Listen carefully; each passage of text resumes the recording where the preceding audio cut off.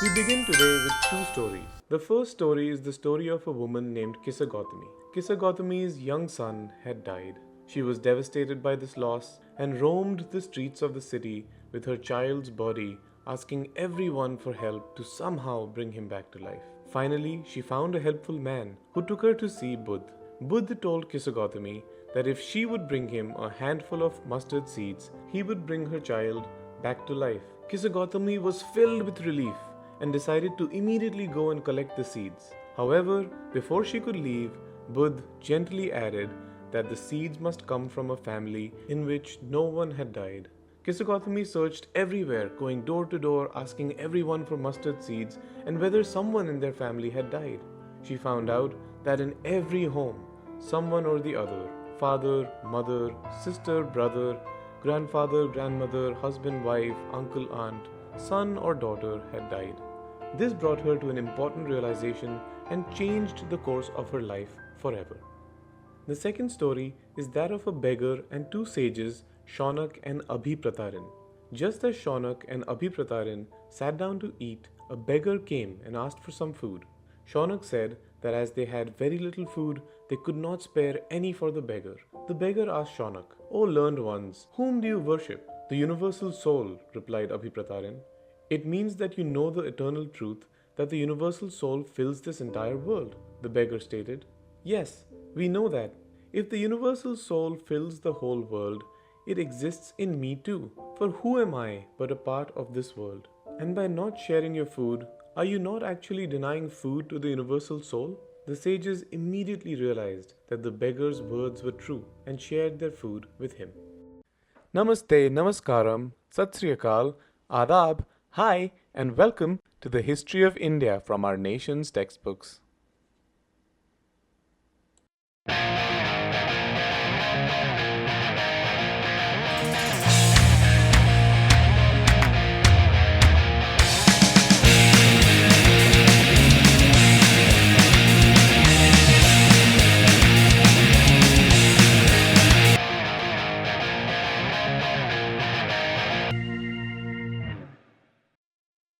The story of Kissa Gautami is one of the more famous stories in Buddhism, the religion based on the teachings of Buddha, who is referred to in English text as the Buddha. The Buddha was born with the name Siddhartha about 2500 years ago. He belonged to the Kshatriya Varna by birth and belonged to a small Gana known as the Shakya Gana.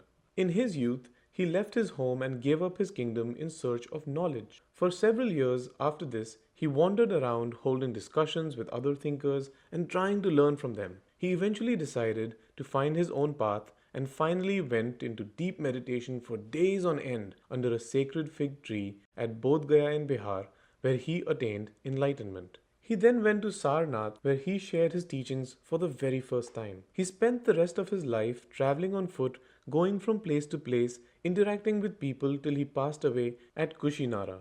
The four central beliefs of Buddhist teaching have been translated by different scholars. Essentially, they consist of dukh or suffering, that is incapacity of being satisfied and being in pain, which is a characteristic of existence in the realm of samsara. Samudaya or origin of this dukh, which arises or comes together with trishna, that is craving, desire or attachment. Nirodh or cessation or ending of this dukh can be obtained by the renouncement or letting go of trishna. Mag or marg, the noble eightfold path, which is the path leading to renouncement of trishna and cessation of dukh. Buddha taught people to be kind and to respect all life. He believed that our karma or actions, whether good or bad, affect us both in this life and the next life. His teachings were passed on in Prakrit, since it was the language of the ordinary people, unlike Sanskrit, which belonged to the scholars. As we saw in the case of Kissa Gautami, he encouraged people to think for themselves rather than just accept what they are told.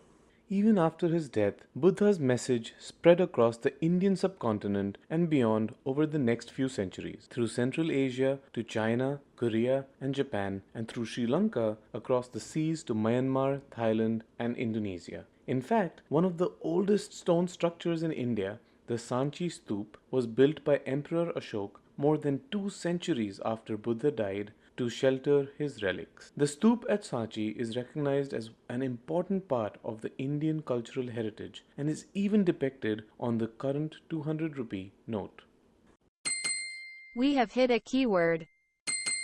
Stoop. A stoop is a mound-like structure containing relics, mostly of Buddhist monks and nuns, which is used also as a place of meditation.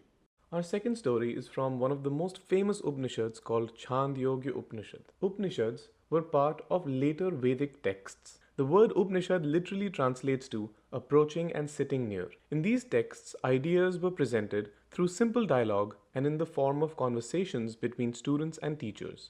These texts were created around the same time and perhaps a little earlier than the time of the Buddha to answer deeper questions that arose with the changes in people's lives and surroundings with the establishments of Janpads and Mahajanpads. The primary concern was to know about life after death. The Upanishad thinkers proposed that there was something permanent in the universe that would last even after the human body dies. They named this Atma, or the individual soul. The word Brahman was used to describe the world soul or cosmic soul. It is the eternal essence of the universe and the ultimate divine reality.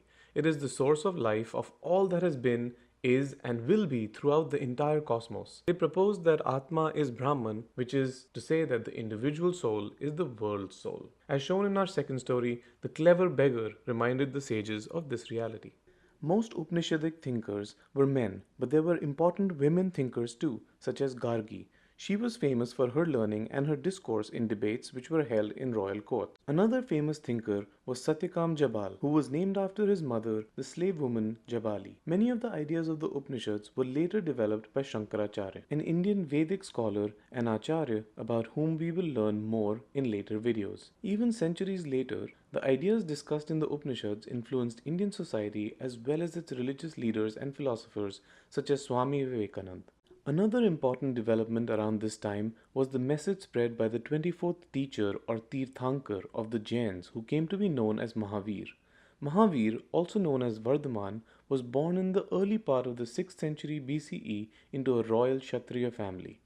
Mahavir abandoned worldly possessions at the age of around 30 and left home in pursuit of a spiritual awakening. His followers, who were known as Jains, led very simple lives. The teachings of Mahavir were passed down by them by oral tradition for several centuries, finally being written down at a place called Vallabhi in Gujarat around 500 CE.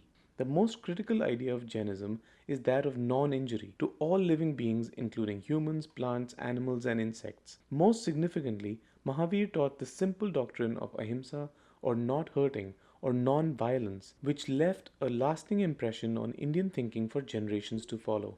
Both Jain and Buddhist monks had to travel to teach people. However, they had to stay in during the rainy season when travel was difficult. With time, their supporters felt the need for more permanent shelters for the monks and nuns. Their supporters built monasteries known as vihars for the monks and nuns in which they could live and meditate. Vihars were made of wood or brick, or in some cases, caves that were dug out in hills. This practice of building caves was especially prevalent in the western part of India. An example is the cave in Karle in present-day Maharashtra.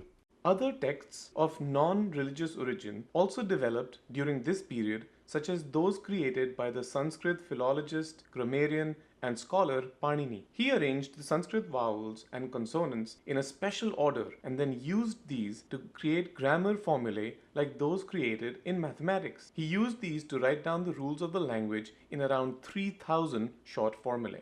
So what was the outcome of all these developments in thoughts and beliefs and literature and religion? In the next episode, we look at one of the outcomes as the largest empires in ancient India was established and learn more about the rulers who established and governed the empire. The chief among them, known as Piyadasi or more commonly as Ashoka, was a follower of the teachings of Buddha and was the very first ruler who was known to care for and think about his subjects rather than only look out for his own interests. But that is a story for another day. Until then, be happy, stay healthy, and keep on learning.